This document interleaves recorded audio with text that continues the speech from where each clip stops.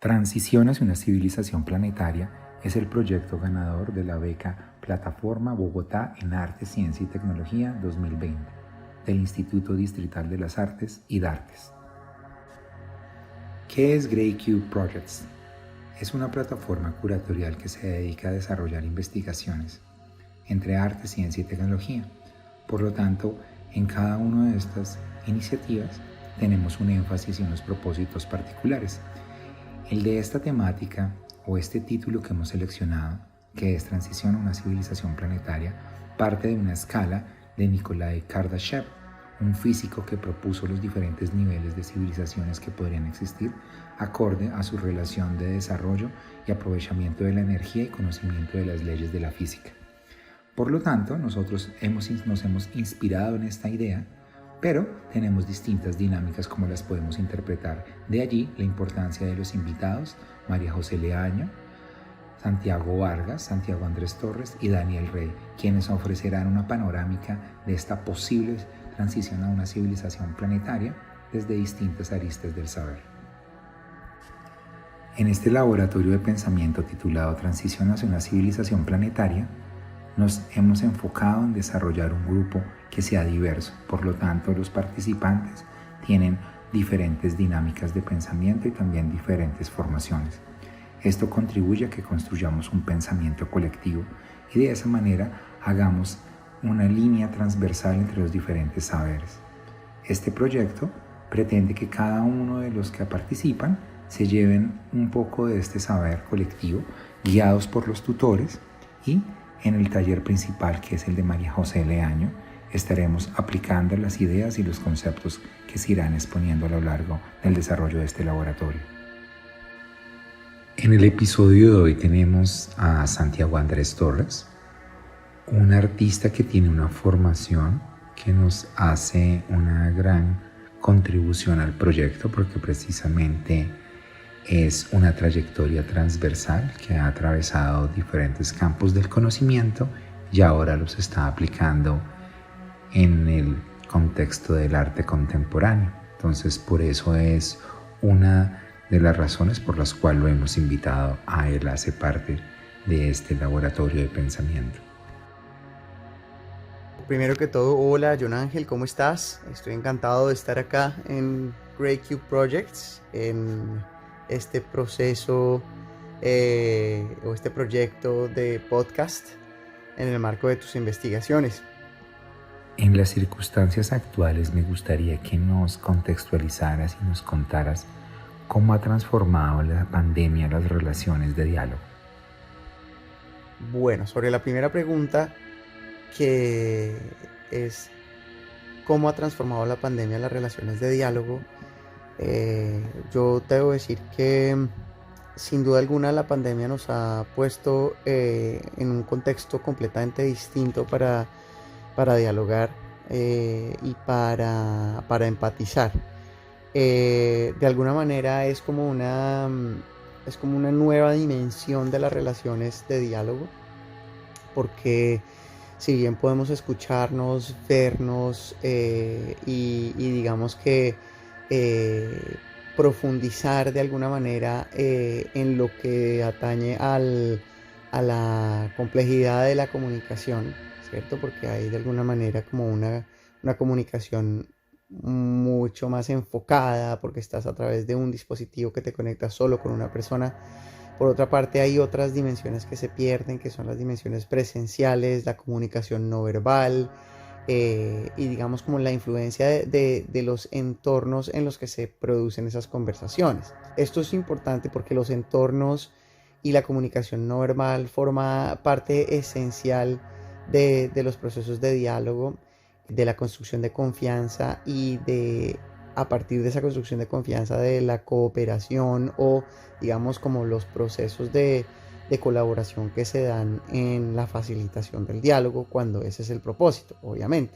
En otras palabras, si hay un conflicto es más difícil solucionarlo por medios virtuales, ¿cierto?, que lo que podría ser mirándose a los ojos. Sí, no es lo mismo poder empatizar con las emociones del otro, poder empatizar como con las actitudes del otro, que todo forma parte de una conversación.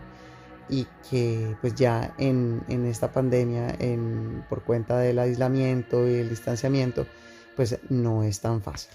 Entonces eso es lo primero, hay una nueva dimensión en las relaciones de diálogo. Ahora también hay oportunidades y sin duda alguna, pues el hecho de poder disponer de herramientas de tecnología hace interesante poder crear, ¿sí?, nuevas herramientas, ¿cierto? O utilizarlas ya existentes para, no sé, para generar metodologías y maneras de participar equitativamente y recoger todas las opiniones, ¿sí? Ahí es muy importante también el rol del facilitador, con el fin de que las personas sientan que encuentran un medio o sepan que cuentan con un medio para dar a conocer sus opiniones o sus puntos de vista sobre tema que se esté discutiendo o sobre el cual haya un conflicto. Algo que también es importante que nos podrías contribuir es decirnos qué significa y cuál es la diferencia entre los términos facilitación y mediación. Bueno, sobre el término facilitación y mediación, pues digamos que para resumir un poco la historia de estos conceptos, se diferencian en dos elementos esenciales. La mediación significa que alguien interviene entre dos partes en conflicto y evita la comunicación o posibilita que haya una comunicación con una especie de teléfono roto bien intencionado. O sea, es decir, primero parte de la idea de que hay un conflicto y de una distancia, y lo segundo es que depende de ese tercero para que la comunicación se dé. Es decir, si tú y yo estamos en un conflicto, yo le hablo al mediador y el mediador lleva el mensaje a ti con la intención de facilitar la resolución de conflictos. Entonces, digamos que ese papel de intermediario es muy importante para los acercamientos que realmente cuentan con una distancia muy amplia. Ahora, también cuenta con una dificultad, y es que puede que el mediador juegue un papel negativo al tergiversar el mensaje y hacer aún más difícil el acercamiento. Por otra parte, empatizar entre las partes en conflicto pues se hace mucho más difícil, porque todo depende de los mensajes, más no de la proximidad o del contacto físico, y volvemos a lo que hablábamos de esas dimensiones no verbales y presenciales que tiene la comunicación y que son tan importantes en la resolución de un conflicto. Ahora, sobre el término de facilitación, lo que te puedo decir es que la facilitación lo que busca es espacios para que las partes se encuentren.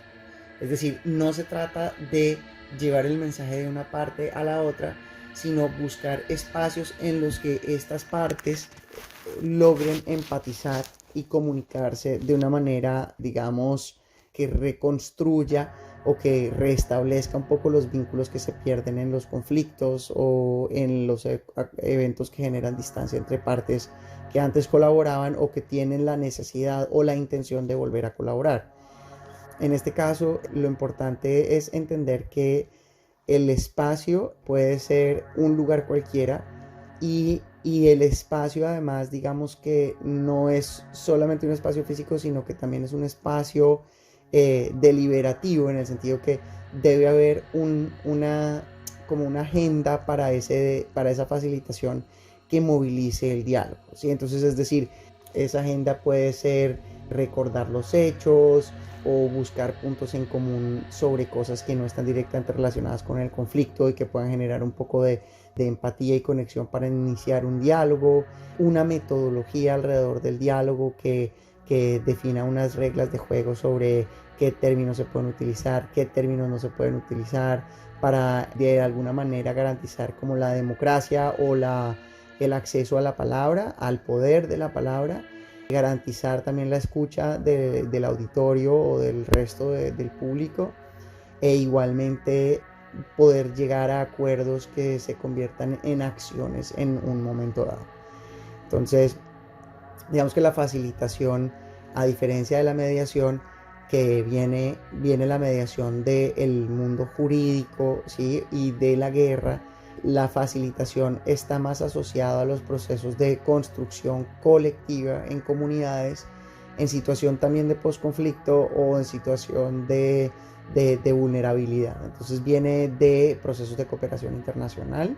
Ahora, es tan antigua como, digamos, como la resolución de conflictos, la facilitación. Sin embargo, la teoría de la facilitación es contemporánea en el sentido que está asociado al desarrollo de la cooperación internacional, que es la influencia de los países desarrollados a través de su política exterior, digamos a través de donaciones, en dinero o en especie, a los países en vías de desarrollo.